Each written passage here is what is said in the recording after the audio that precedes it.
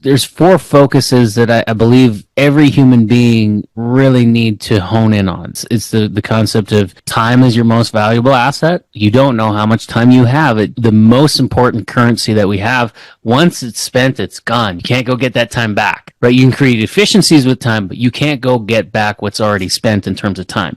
So that is our most valuable asset, is our most valuable currency is our time. Number two is our health, because if you're not healthy, you don't have as much time. We simplify it. So your health is so incredibly important, and health is wealth. Of course, your relationships.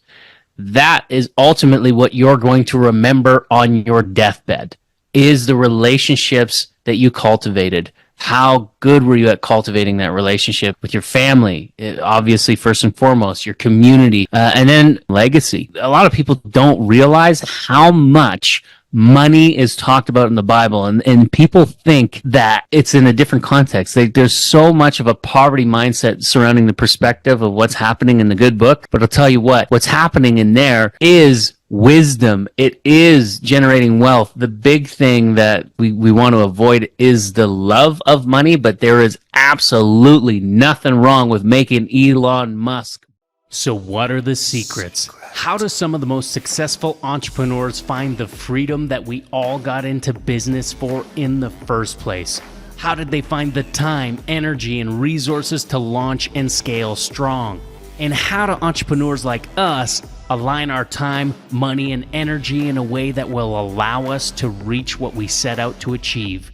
These are the key questions, and this community will give you the answers. Welcome to the Prosperity Movement. Welcome, everybody, to the Prosperity U podcast. We are coming at you, first podcast of the year 2024. We're really excited to share with you guys all the wisdom that we can. We're not perfect human beings by any means, but we do strive to consistently be better people. We look at certain characteristics, kingdom characteristics of the Spirit. We're very spiritual people. We love having a relationship with God and Jesus Christ. And we see how we can utilize capitalism for the benefit of many people, right? It's really, ultimately, it's a tool that we can all be using and leveraging to better not just ourselves, but those around us. So today, obviously, being the new year, most people talk about like New Year's resolutions. So we want to talk, instead of calling it that, we're going to talk about focuses for 2024. Simplicity is another key word, like simplicity, focus, and simplicity. For me, that's like key this year is simplify and just focus and simplify, focus and simplify. And then based on something that Brian and I were just chatting about, I also do want to touch on the word expectations a little bit too. Ooh, that was a good word, man. You blew my mind this morning with that. It was really good. Thanks. So I needed that. So, but first, what's our focus, right? So we've talked about in the past, we've talked about our 4 pillars of prosperity. Brian, do you want to remind everyone what those are and how we use them? Yeah. So, and this is, I would say it's kind of evolving for me, because there's 4 focuses that I believe every human being really need to hone in on, and it's the concept of time is your most valuable asset. You don't know how much time you have. It truly is the most important currency that we have. Once it's spent, it's gone. You can't go get that time back, right? You can create efficiencies with time, but you can't go get back what's already spent in terms of time. So that is our most valuable asset, is our most valuable currency is our time.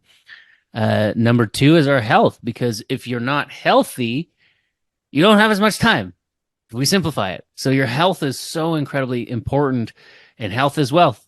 Yeah, that's so cliche, but it truly is. Health is wealth. We take that, so many of us take that for granted every day. You wake up and you don't even like take account of how important that is. Of course, your relationships. That is ultimately what you're going to remember on your deathbed, is the relationships that you cultivated. How good were you at cultivating that relationship is so important. Your relationships with your family, obviously, first and foremost, your community, the culture that you've built within your family, within your community. And then we used to use the word wealth. Now I wanted to like further expound on that, because really, what is wealth? Like how does some people describe that? I want to go deeper and move away from the word wealth and use the term legacy. And there's reasons for that. I'm going to break that down on the call today. But it's based on these of looking at the first three pillars coming up to the fourth. Then from there, it's legacy. And legacy, we're going to get into a word today. We're going to open up the good book.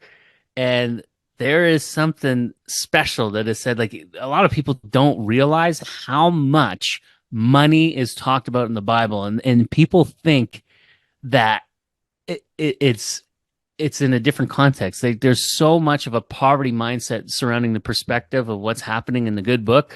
But I'll tell you what's happening in there is wisdom. It is generating wealth. The big thing that we want to avoid is the love of money, but there is absolutely nothing wrong with making Elon Musk bucks. Okay.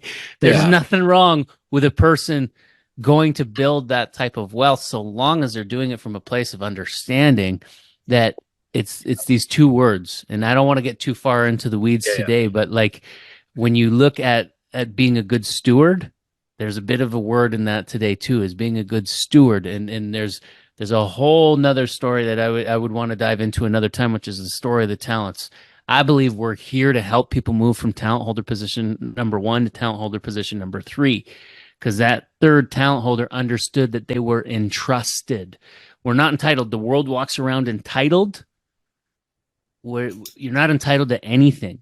My dad used to tell me that you don't have rights, you have privileges, and privileges can be taken away at any point in time.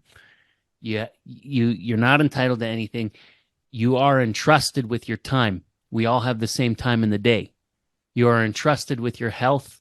You're entrusted with your relationships. You're entrusted.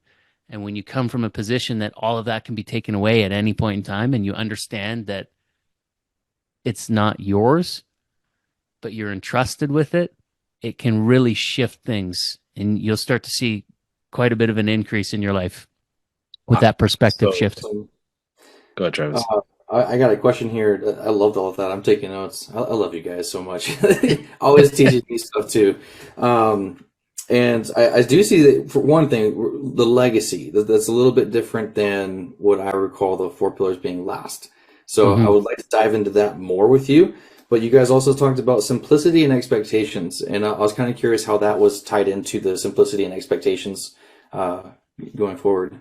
Okay, so expectations will be the last thing, because it's really a frame of mind. When you're setting core focuses for a year, there's certain frames of mind that I think people look at those things, and often they look at them as, I hope to do these things, instead of I expect to do these things. And we'll dive. I have like a cool a way to think about it that might help people understand where I'm coming from with that. But I want to dive into that after we talk about each individual pillar. And of course, diving into that legacy bit, like you had mentioned. Entitled versus entrusted. That's awesome.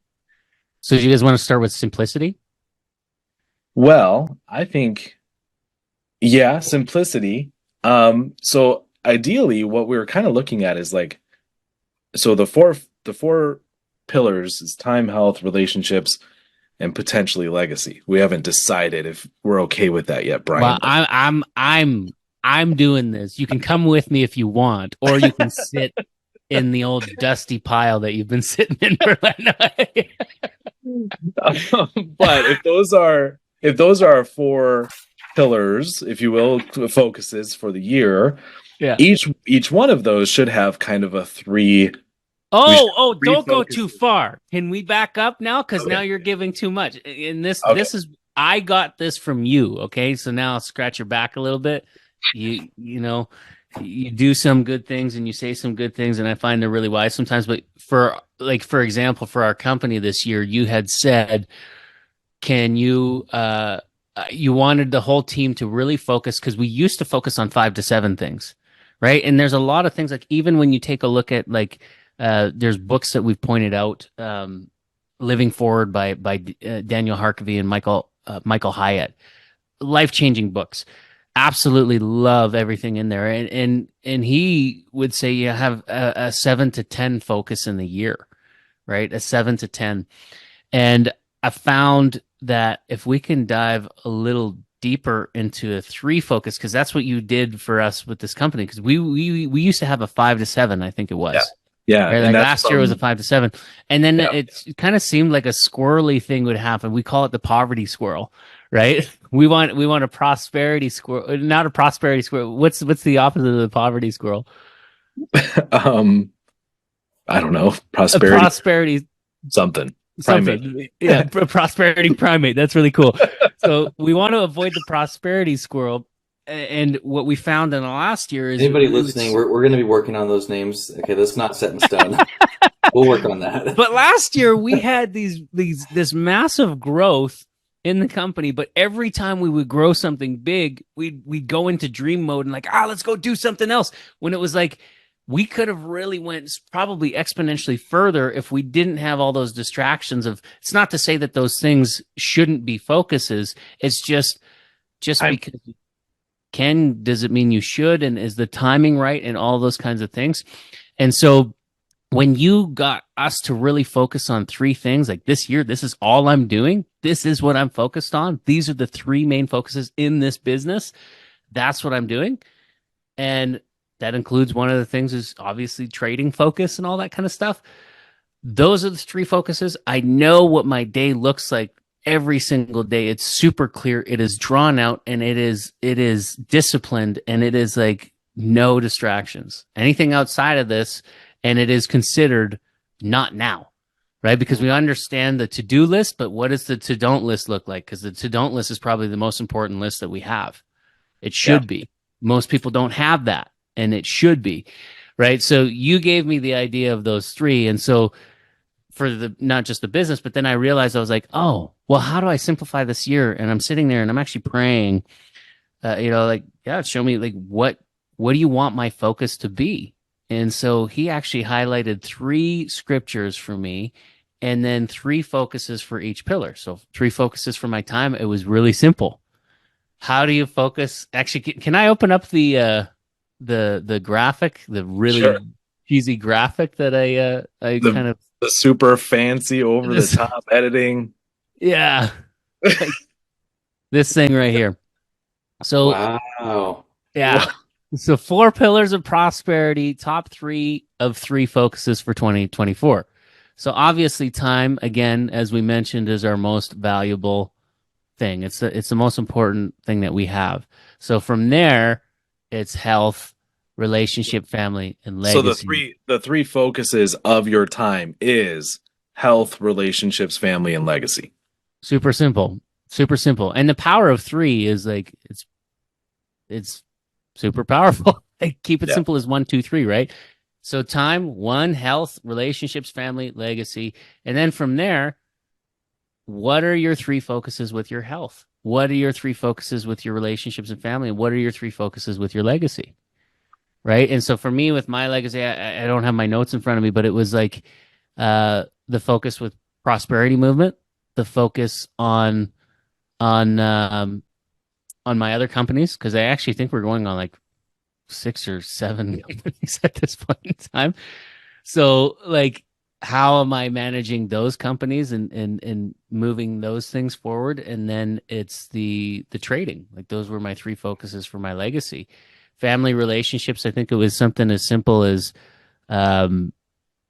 fun, faith, and then I have to go look at the notes, but it was like how I'm spending my time with family. It was simplified in 3 simple steps. And then health, as simple as, I'm tracking my macros.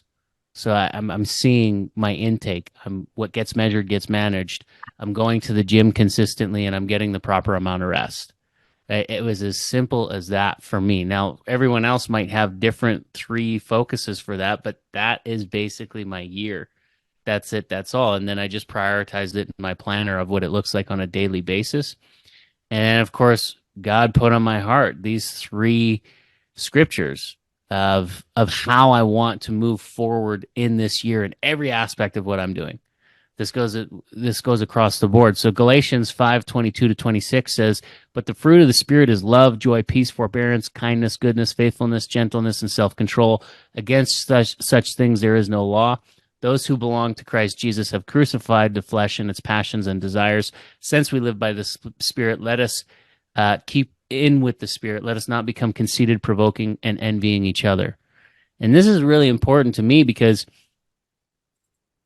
I have not always, like, we all fall short. We all fall short, right? And I've not always operated like necessarily the best, even like this with your family. How much can you say that you're operating in these fruits of the Spirit? How much can you say that, and what is the opposite of that? It's anger, it's pride, it's envy, it's gluttony, it's all of those things, right?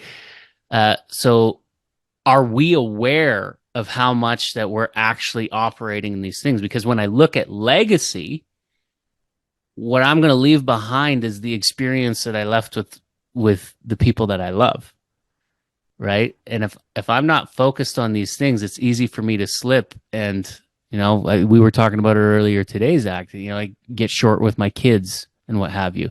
In business, in our community, like, is this the culture that we're cultivating? Because I actually had a conversation with Donovan yesterday about how I was actually really quite hard on him on one of his reviews for his calls. And this is also to hold me accountable because I know I'm probably going to fall short. So what's going to hold me on course to operate in this way, right? If I make a mistake, how do I make it right? And this holds me on course to doing that. So I want to exude these things with the people in our community. I want to exude these things in my family. I want to exude this everywhere that I go. Proverbs 13:22, "A good man leaves an inheritance to his children's children, but the sinner's wealth is laid up for the righteous." Listen to that. A good man leaves an inheritance for his children's children. So what am I doing today that is not just impacting my family right here, right now, today, this week, this month, this year, but what am I doing right now that's going to impact their kids and their kids' kids, right? Like, so like something as simple as understanding, I know you have a thought here, so I'll tie this up really quick, but something as simple as understanding that in our businesses, I'm able from every business to actually pay my kids $15,000 a year tax deductible. That's what I'm aware of. And I can also put that into something like an RESP so that's growing at, let's say, 9% a year or what have you. That's something that you got to talk about with your financial advisors. And then that's also something that can double should they decide to go to school. Right. And all that's tactics. So these are just, we're not going to get into all those strategies, but what am I doing? The question should be what am I doing to think with intentionality on the things that I'm doing today, this week, next week, month, quarter, year, for generations to come that is catapulting my children and their children. I love that. I love that to death because you know what that does? It calls out those that wish to just remain in mediocrity because it's easy, right? Like it's actually, all things considered, it's super easy to just get up, go to a 9 to 5. I mean, it's boring and yeah, you'll have some bad days, but at the end of the day, you know exactly what your budget is and stuff, assuming you don't get laid off because of some virus or something, right? Like at the end of the day, it's a really simple way of life, but is it enough for you to be able to do, in this case, what a good man would do, which is leave an inheritance for your children's children? And the answer is no. And you know what? You as a person are far more capable to do significantly more than just go to a 9 to 5 job.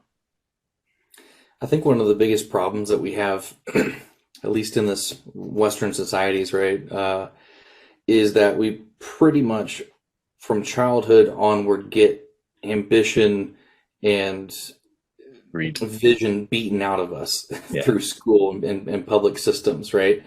And so for most people that I talk to, an overwhelming majority, I would say, have the desire to leave this inheritance or anything XYZ, right? I want to be able to work from home. I want to control my time. I desire to have more money. I desire to be wealthy. I desire to be in good health, right?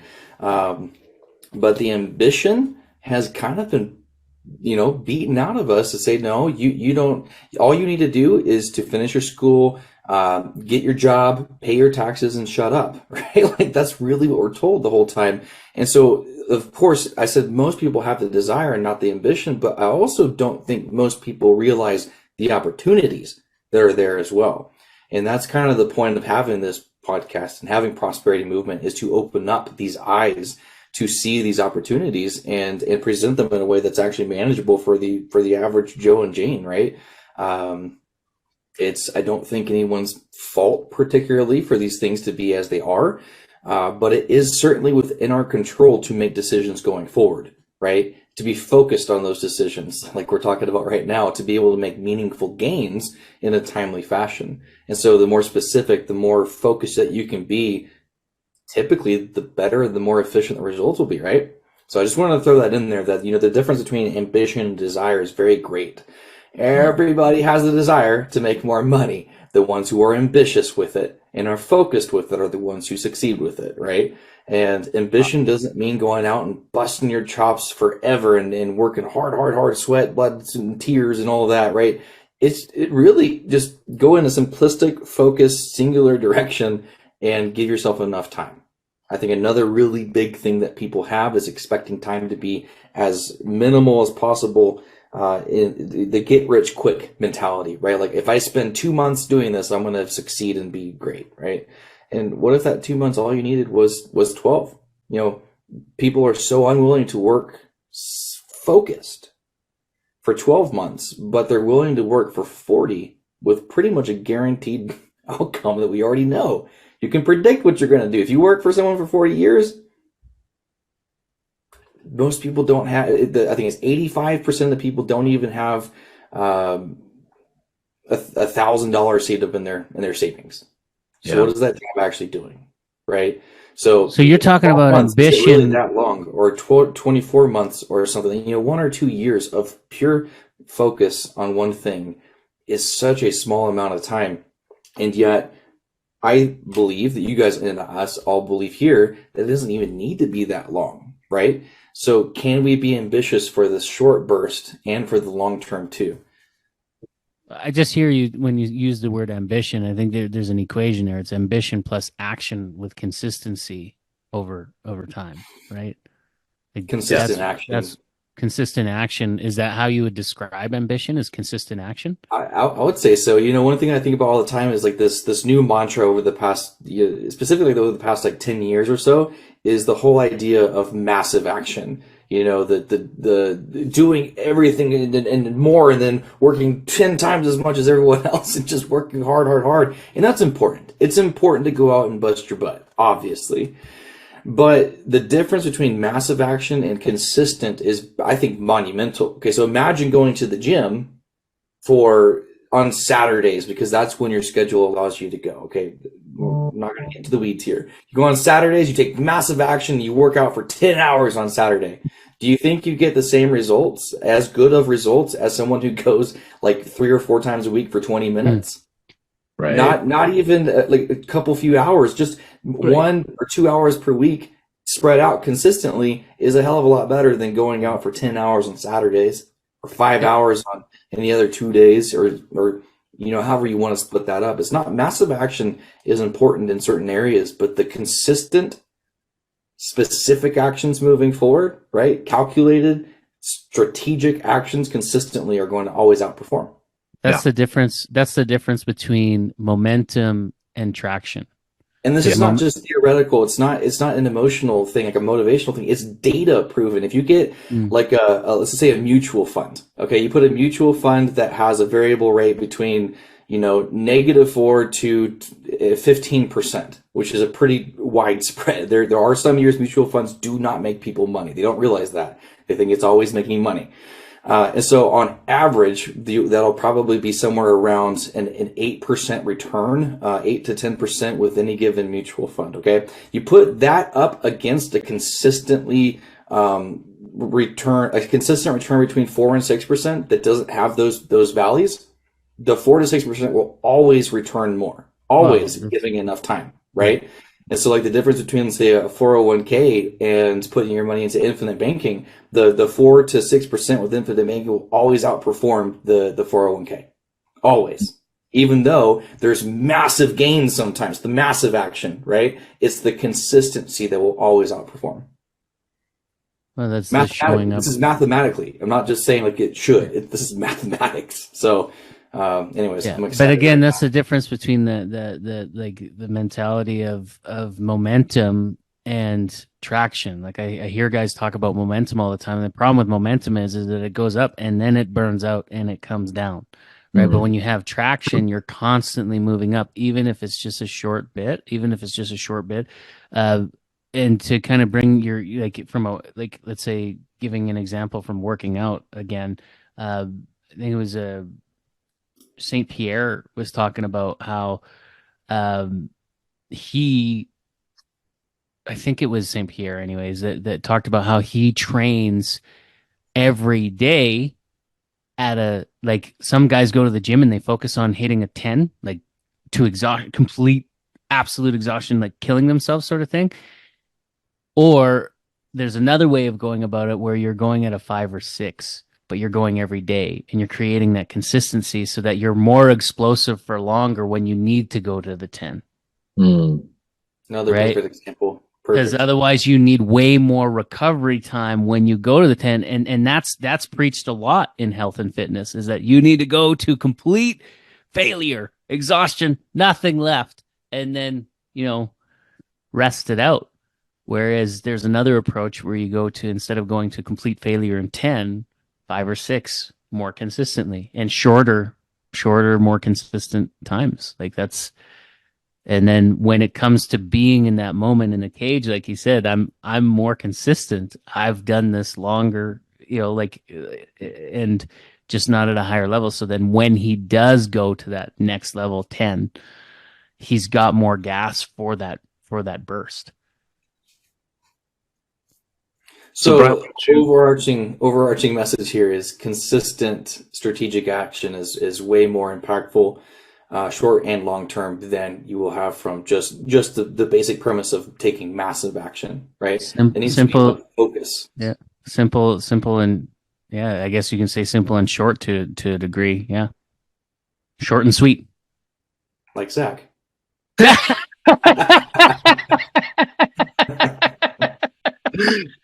All right, so listen here.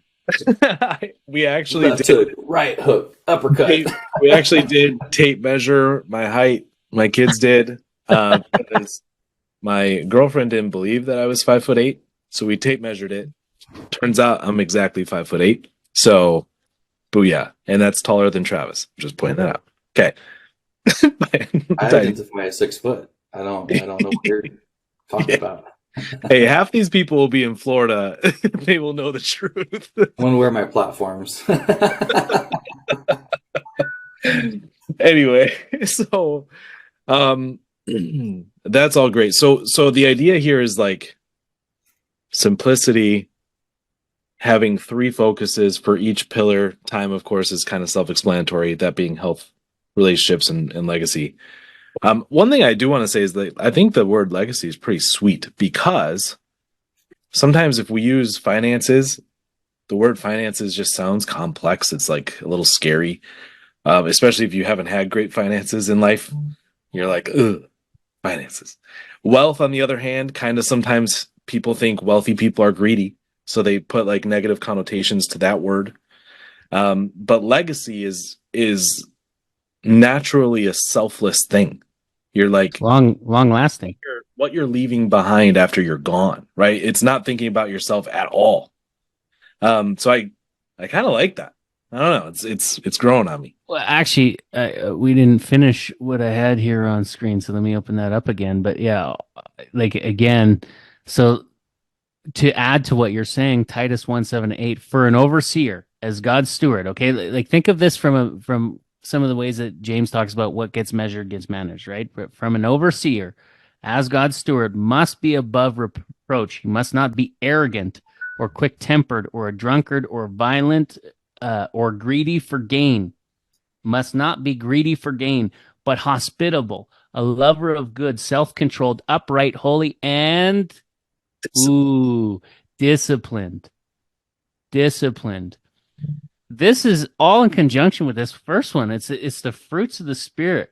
When you can hone in on not the self-righteousness that most people walk around with, me, I, and you look at the bigger, more intentional focus of the impact and the purpose that you have because of the impact that you're constantly leaving behind. You don't realize this. I went to a coaching seminar last year in Texas, and it completely changed my life. There was a game that we ended up playing. I'm not allowed to say it because I actually signed a contract for it, but ultimately what it made me realize is that most of us don't realize the impact that we have, and we don't realize the mess that we're leaving behind in self-righteousness. We don't realize how much that when we're walking around in our own selfish desires, that we are actually a walking, ticking time bomb that's leaving a mess behind us. Yeah. So how do you leave a message behind for the ones that you care about and your legacy and the kids that you have? It's by being disciplined, being a good steward. It's showing up with consistency, the way that we've been describing over and over again. And that's showing up with consistency in every aspect of these 4 pillars. So Love it. what does that look like? Yeah. And that's for you guys to answer on your own. Pray about it. Talk to your spouse about it, or your friend, whoever your accountability partner is, right? And come up with a very simple plan. I do want to talk about expectations. So, I think a lot of times what happens is when people do set focuses and things like that, they're looking at these things like, I know that I'm probably not going to do this the entire year. I'm motivated to right now, but statistically speaking, these focuses, they get distracted, things happen, life happens. So what they do to guard against disappointing themselves is they don't look at setting focuses as like a hard rule or an expectation. Instead, they look at it as a hope and say, well, hopefully I'll do these things. And this is like a subconscious thing. And so I want to change that for you. I want you to basically what you have to do, and this is very challenging for some people, you kind of have to forget about all the previous failures, the previous times that you did not accomplish these focuses, and create them as an expectation. And here's a good way to start kind of shifting your perspective on that. We've all heard the saying, and this is a solid saying. We've all heard the saying, you hope for the best, plan for the worst, right? We've all heard that. I've used it. It's good. That's a solid saying. My question is, within that saying, where can you put the word expect? Do you hope for the best and expect the worst? Because that's kind of, if you're planning for the worst, right, you're kind of expecting the worst. So that kind of naturally fits there. But what if you expected the best and planned for the worst? Right? So now you're not hoping for the best, you're expecting the best. Right? And this was coming about we were talking about some of our business goals and stuff. And Brian was like, well, I think, we have this for a goal or whatever, because compared to, our worst month ever, this is really good. And I'm like, no, why aren't we comparing to the best month ever? Right? Throw me under the bus that I had a moment where I was falling short, You expect it was a really good. I need coaching too, man. Like this was a really cool moment for me, especially today. Yeah. So if you expect the best, but you plan for the worst, that's in my opinion, the best balance you can have. So when you create these simple focuses, expect that you're going to actually do it. You're going to take action. You're going to have these small, consistent actions that you take throughout the year that's going to accomplish what you're looking to accomplish. Expect that. And then plan if things start going the wrong way. What are you going to do? Who's your accountability partner? How are they going to help you? That's my suggestion, guys, for you to actually do what you say you're going to do this year and actually hit the goals that you have set in place for 2024. Expect it. So good. So good. So good. Yeah, expect the best and plan for the worst. I love how you like, where are you putting the word expect? What's the original cliche line again? Hope for the best, plan for the worst. Yeah. Hope for the best, plan for the worst. And so where are you putting the word expect is how you positioning that. Where did you get that from? Was that just inside you, or you hear it somewhere? Like, I've actually been thinking about it a lot. There's always been the word expectation has always been like, I don't know, I kind of feel like there's a connotation of fear surrounding it, because what if I don't live up to an expectation? Mhm. And so there's always like that what if, and I can't help but I just kept thinking, like, is that holding people back? Because fear, we know, holds people back. So if they don't want to set a high expectation because of fear, well, then they're not even going to get close to what they want. Right. And so then I started thinking about the hope for the best, plan for the worst concept. And I'm like, I don't want to hope for the best. I want the best.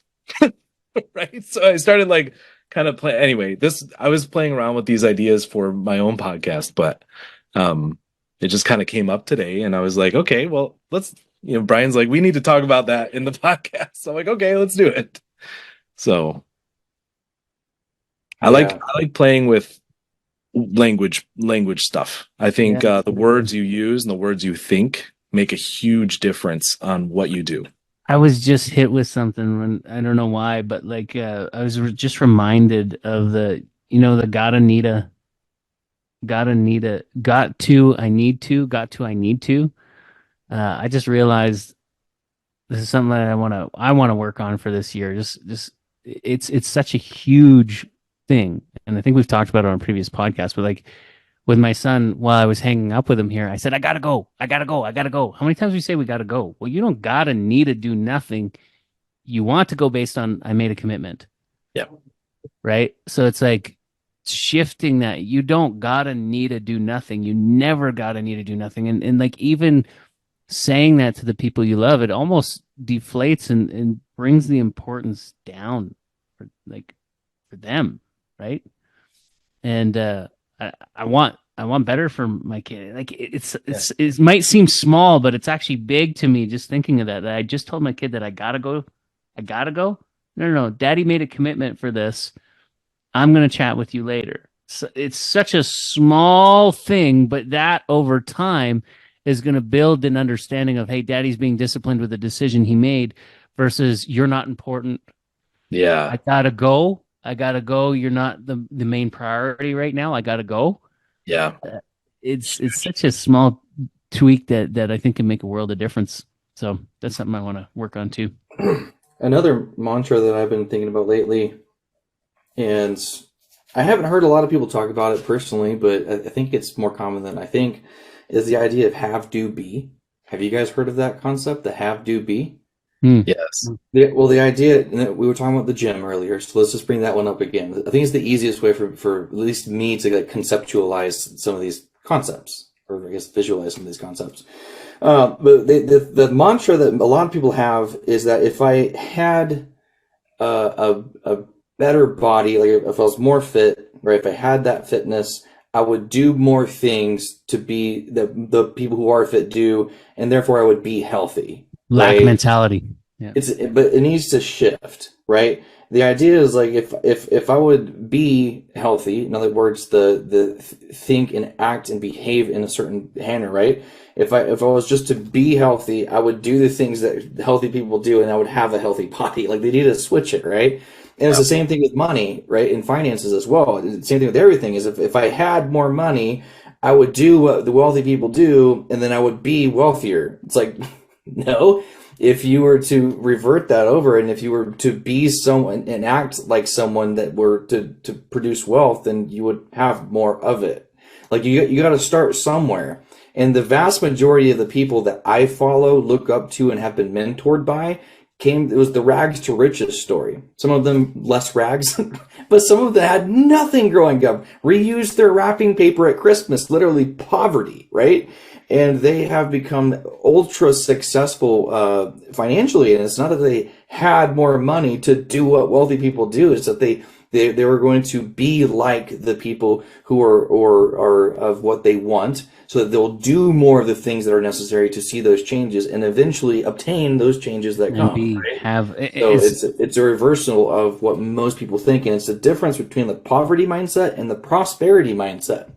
In other words, from hope to expectations, from entitled to entrusted, from rights to privileges, right? Like changing the way that you start it is going to be one of the biggest predictors of how you're going to end it, right? And so if you are going to hope that you get into better shape or hope that you're going to quit smoking, buddy, how long until you think you're going to revert back to where you are, right?